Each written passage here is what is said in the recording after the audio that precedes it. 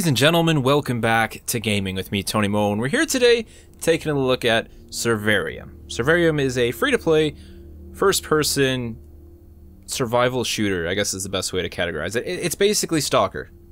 At least that's what it's hoping to be.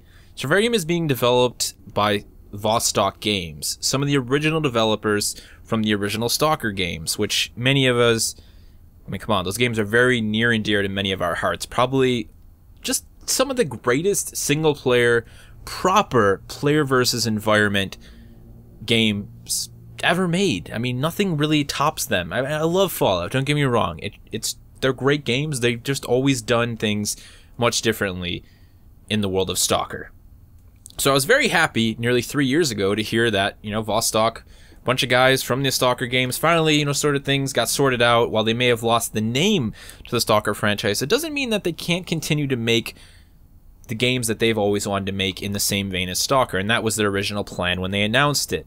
Now, the game has been kind of at a crawl. It's been at a snail's pace in terms of development over the past 2 years. I myself have been a member of the alpha testing for the past year and a half or so, and all that we've had available to us is PvP, basically the testbed that they created to help them balance weapons, equipment, environmental hazards, and all the other components they want to put into their PvE portion of the game, which is now going to be cooperative, which is awesome, because if there's one thing that we've all always wanted in Stalker, it was co-op, and that's what Survarium is promising. Hopefully, sometime later this year, we'll be seeing that.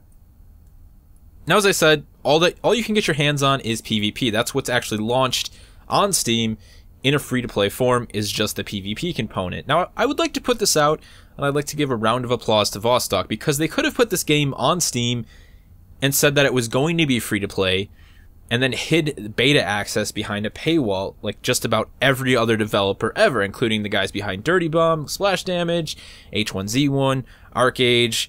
The list just goes on and on and on. Your game is in early development, and if people want to beta test it for you, they have to pay you. It's a very commonplace trend.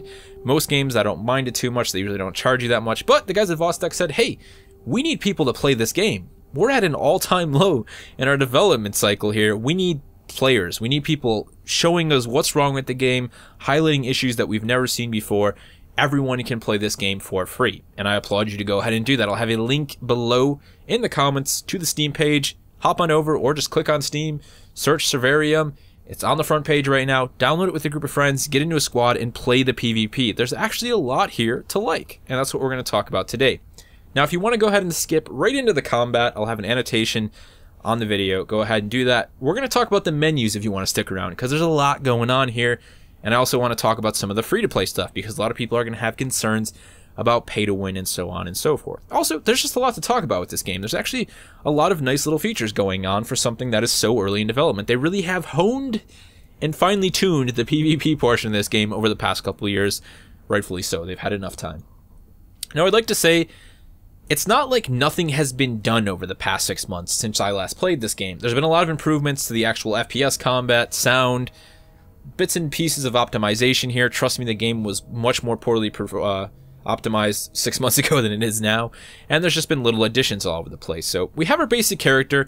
Sadly, nothing to separate other players. There's no female character model yet. There's no different faces. You are just one Russian-looking man. Let's be honest here. The developers are Russian. The game basically takes place in Russia. He looks Russian. But clicking on our character, we'll see that we actually have a skill tree. There's actually multiple skill trees. Only 2 are available to us currently. We have firearms training and physical training. I've actually already spent some points.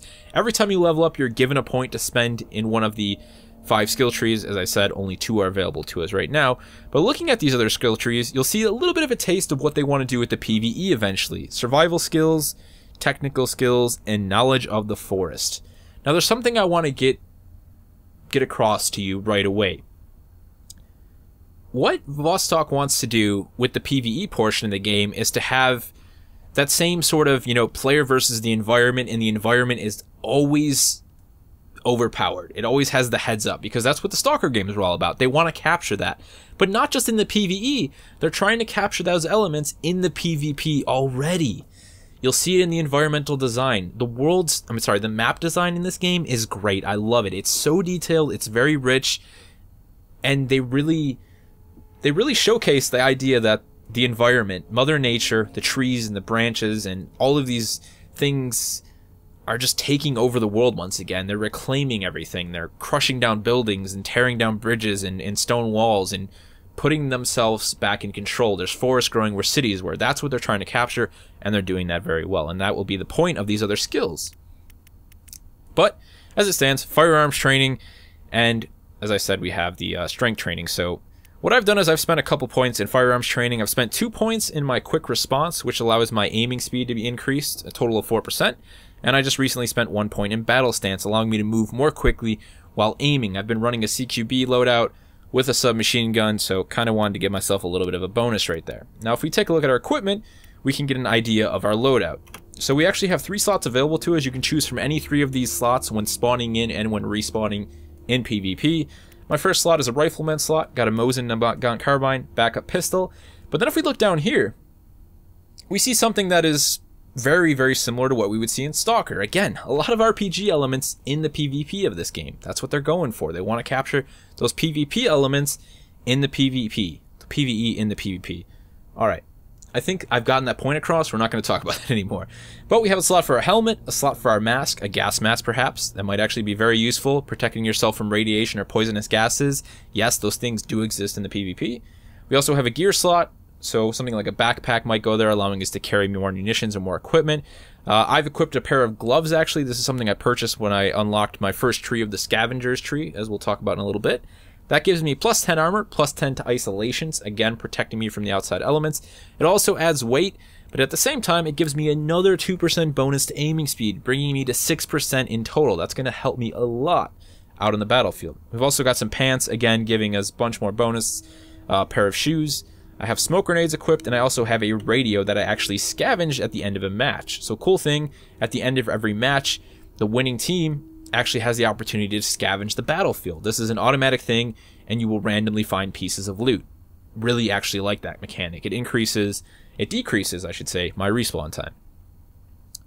Now, the way the gear system works, how you unlock pieces of gear, and how you unlock weapons for you to be able to purchase, is all through this sort of loyalty and reputation system. You basically pledge allegiance to one of these 4 factions.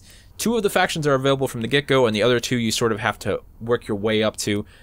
We currently are a member of the Scavengers faction, so as we play matches and we win and we gain experience, we also gain reputation points, which help us climb the ranks within any given faction. So we're in the Scavengers.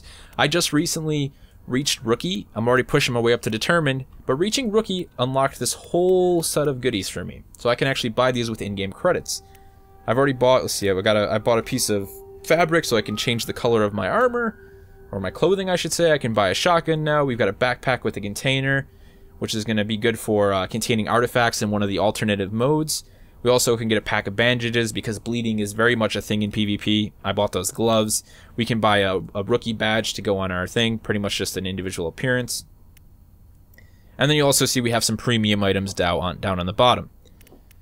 So yeah, I mean, it's very much like World of Tanks, except instead of tanks, you have pieces of equipment. I actually really like this system. It's really cool, and it makes it very clear to the player what you're going to be unlocking, when you're going to be unlocking, and how much it costs you. Now, as I said, this is free to play, and speaking of World of Tanks, they use a very similar system. You can buy a premium account that increases the amount of in-game credits and experience you earn. You can buy in-game gold to purchase premium items, or you can just keep working your way, playing the game and earning rupees, or rubles, I believe that is, rupees, rubles, whatever it says, to go ahead and buy the equipment with in-game credits. You also have the shops, which are also separated by the different factions. Like I said, you have to reach a certain reputation with each of the factions to be able to buy different pieces of their gear. So we've just reached Rookie with the Scavengers, which means we can buy just their Rookie equipment, and so on and so forth. Alright, so that's kind of the core of what's going on here. There's one last thing. We have these missions over here on the right side. They basically have tiers. So there's a bronze tier, a silver tier, and a gold tier. As you earn them, you'll earn different goodies. So to start off, we have sort of... I actually don't know what the gold stars are. I'm going to be completely honest. I haven't been able to figure that out. This is going to give us in-game credits. That's going to give us reputation with our faction. If you want to, as a premium person, you can actually spend real money to reduce the difficulty of these missions. Again, not something that everybody's going to want to do, but they've taken very much a World of Tanks approach to this, and just saying that if you want to go ahead and you can basically reduce the amount of time that it takes to do any number of things with real world money. You can also take on a whole new set of missions, again, with real world money if you decide that you don't like these. I have no issue with them, though, and I can't see many people wasting money to go ahead and refresh these or to reduce the time. It's just kind of a thing. But again, if you're somebody who plays the game a lot, maybe it becomes a grind for you and you find yourself spending real world money for that. I'm really not too concerned. Let's go ahead and queue up for a PvP match though, because there's a whole nother boatload of stuff that I want to talk about regarding the actual in-game. Now, as I said, there are multiple modes actually available in PvP. I currently only have access Team Deathmatch, but there's an objective-based mode called Artifacts, and there's also sort of a capture mode. I did play those back in the early days of the alpha. They're actually a lot of fun, and I think that's where the meat of the game is, the idea that you're actually hunting for artifacts. They're giving a little bit of story, as a previous match, they're giving a little bit of story to the PvP. Like I said, they're trying to bring a lot of those PvE components into the PvP. It's a never-ending sort of thing, I can't think of the word right now, that you'll notice with the PvP. While we're matchmaking, let's actually quickly talk about matchmaking, because this is something I completely just kind of lost out there. People are going to have an immediate concern about pay to win. I know there's not many premium items in the game, but people are going to be like, well, what about the people who have been playing the game for 4 days, and I'm a new player? How am I going to fare against someone who's kitted out with an AK-47 and all this gear? There's a good thing. The game's matchmaking system is based on your overall gear rating. It doesn't just, rank you on your player's skill. You will only be ranked against other players with the same gear level as you. So you won't run into somebody who's like all decked out in tier 5 gear. You'll notice that each of those factions, all that gear was ranked into tiers, just like the skill system for your skill trees. Those are all tiered abilities. So you won't be matched up against somebody with tier 5 skills and tier 5 gear. They try and keep it a nice even playing field. And so far that's been working out. I'd have to say that the game has always felt relatively balanced. There were some issues in the early days that I saw with, wow, that's odd. Let's tab quickly.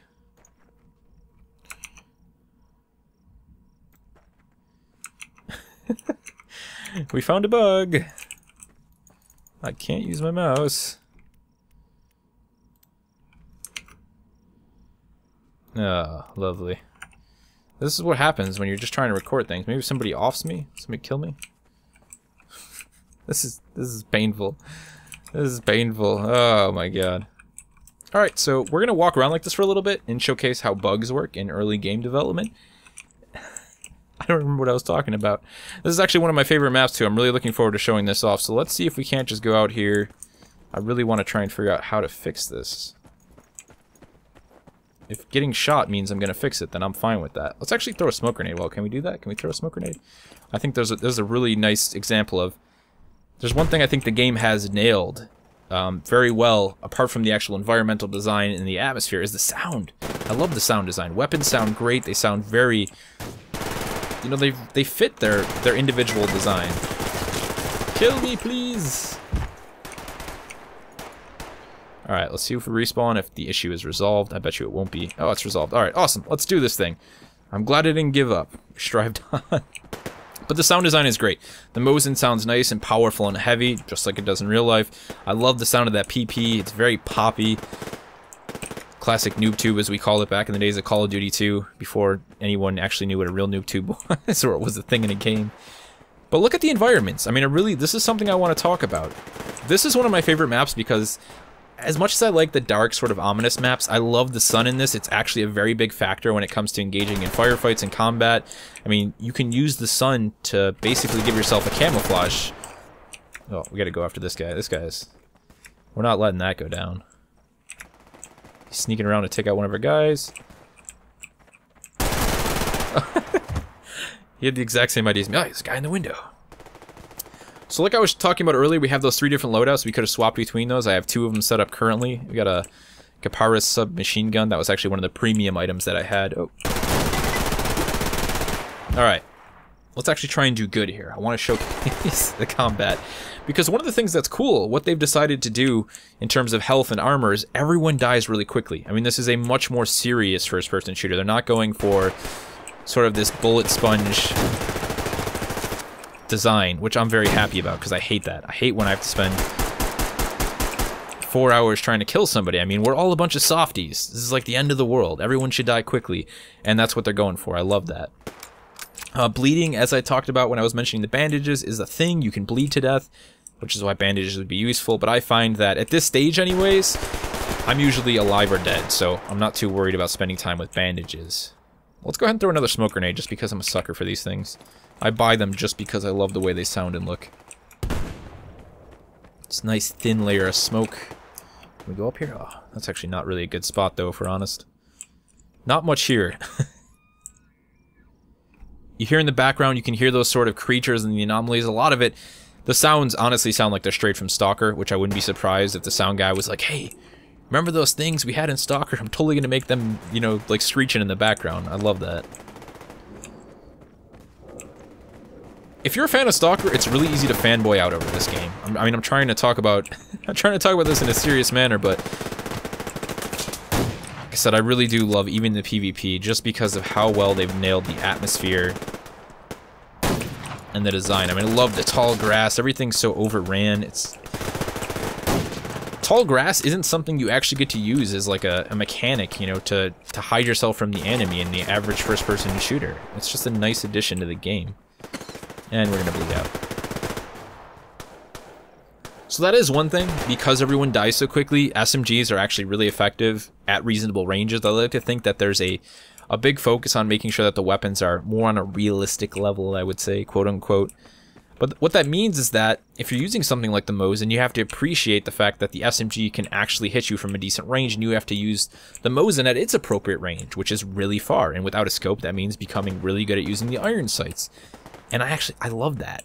I love that idea. Like, alright, bolt action rifle with iron sights.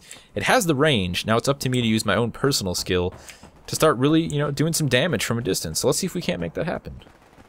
Got a pretty good overview of the battlefield here. See if we can't kind of sneak off on our own and pick off some targets. We're going to look for things like muzzle flash to try and drop guys. The mode we're playing, Standard Team Deathmatch, is ticket-based, as you'll see on the top. So we're basically trying to eliminate all of the tickets on the enemy team side. It seems like most of the fight is happening over there, so for once this part of the map isn't being utilized. That is one of the other things. The maps are relatively open, considering you can actually go down in that marsh. You have to be careful because some of those areas are filled with radiation, and that will actually kill you unless you have the proper gear for it.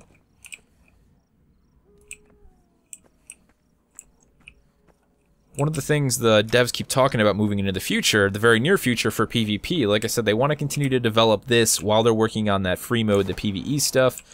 Who knows when that's going to happen, I'll be completely honest. I hope that their development speed increases now that they have this launch on Steam. They have more people testing the game.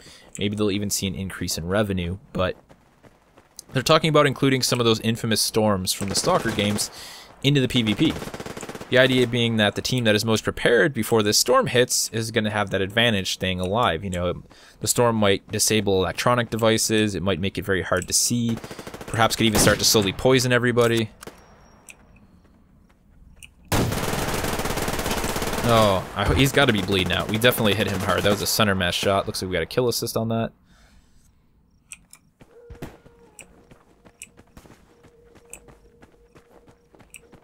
So as a team-based game, I mean, there's actually a lot going for this. It's a really weird combination of, I mean, I don't want to say Call of Duty, but I'm going to say it, of like, you know, Call of Duty, maybe Counter-Strike would be a better reference point, I really don't know. DayZ, and like S.T.A.L.K.E.R, like all kind of blended into one. Is there a guy in here? Nope. Oh, we just got melee killed. Let's go ahead and switch over to the CQB here. We'll switch over to our Kaparis and let's go in and try and do some close quarter stuff. We are actually winning. It's not because of me, I'll tell you that.